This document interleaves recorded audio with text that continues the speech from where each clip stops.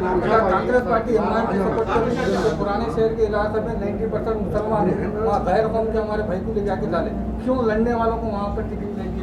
आपके दो सवाल हैं। पहला सवाल ये कि क्या बीआरएस भारतीय जनता पार्टी को सपोर्ट कर रही है? हाँ, सपोर्ट कर रही है।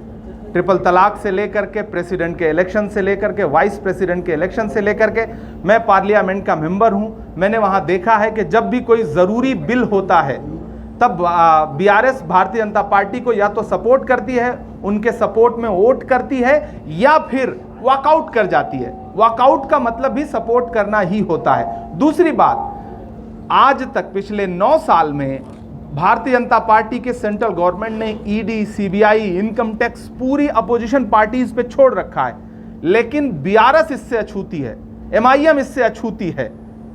यह रिश्ता क्या कहलाता है? जिस जुर्म में मनीष सिसोदिया पिछले 6 महीने से, संजय सिंह पिछले 1.5 महीने से जेल काट रहे हैं, उस जुर्म के जो असली सूत्रधार हैं उनको पूछताछ के लिए भी नहीं बुलाया जा रहा है। तो यह रिश्ता क्या कहलाता है? पहली बात। दूसरा, आपका सवाल है कि अक़लियतों को टिकट क्यों नहीं दे रही है कांग्रेस पार्टी। कांग्रेस पार्टी ने अक़लियतों को टिकट दिया है। टिकट देने के लिए बहुत सारी चीज़ें देखी जाती हैं।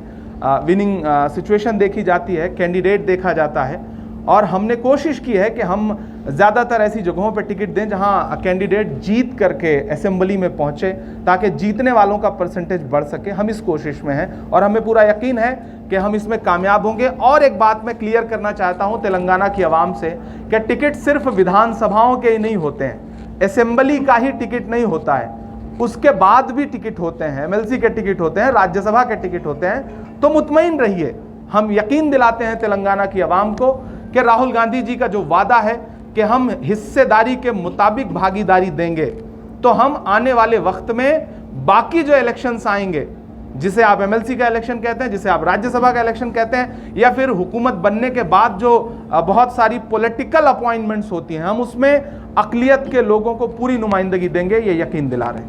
पिछले राज्यसभा इलेक्शन में एमआईएम ने आपको सपोर्ट किया था, उनके 2 वोटों से आपने सीट हासिल की, फिर आप दोनों के बीच में एक क्लैशेस क्यों है? बहुत अच्छा सवाल पूछा है। मैंने आज तक इस सवाल पे कभी जवाब नहीं दिया। आज चूंकि मैं हैदराबाद में बैठा हूं तो मैं इसका जवाब दे रहा हूं। महाराष्ट्र के राज्यसभा के इलेक्शन में कांग्रेस पार्टी ने मुझे कैंडिडेट बनाया। आपको बता दूं कि महाराष्ट्र में राज्यसभा का इलेक्शन जीतने के लिए 41 वोटों की जरूरत थी, 41 एमएलएज की जरूरत थी। कांग्रेस पार्टी के पास वहां 44 एमएलएज ऑलरेडी हैं।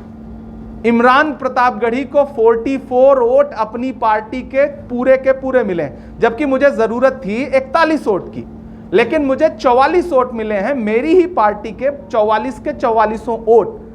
अब पलट करके आप उनसे पूछिए जो ये दावा करते हैं कि हमने इमरान प्रतापगढ़ी को वोट दिया, उनसे पूछिए कि आपने इमरान प्रतापगढ़ी का नाम लेकर के शिवसेना को वोट दिया या बीजेपी को वोट दिया।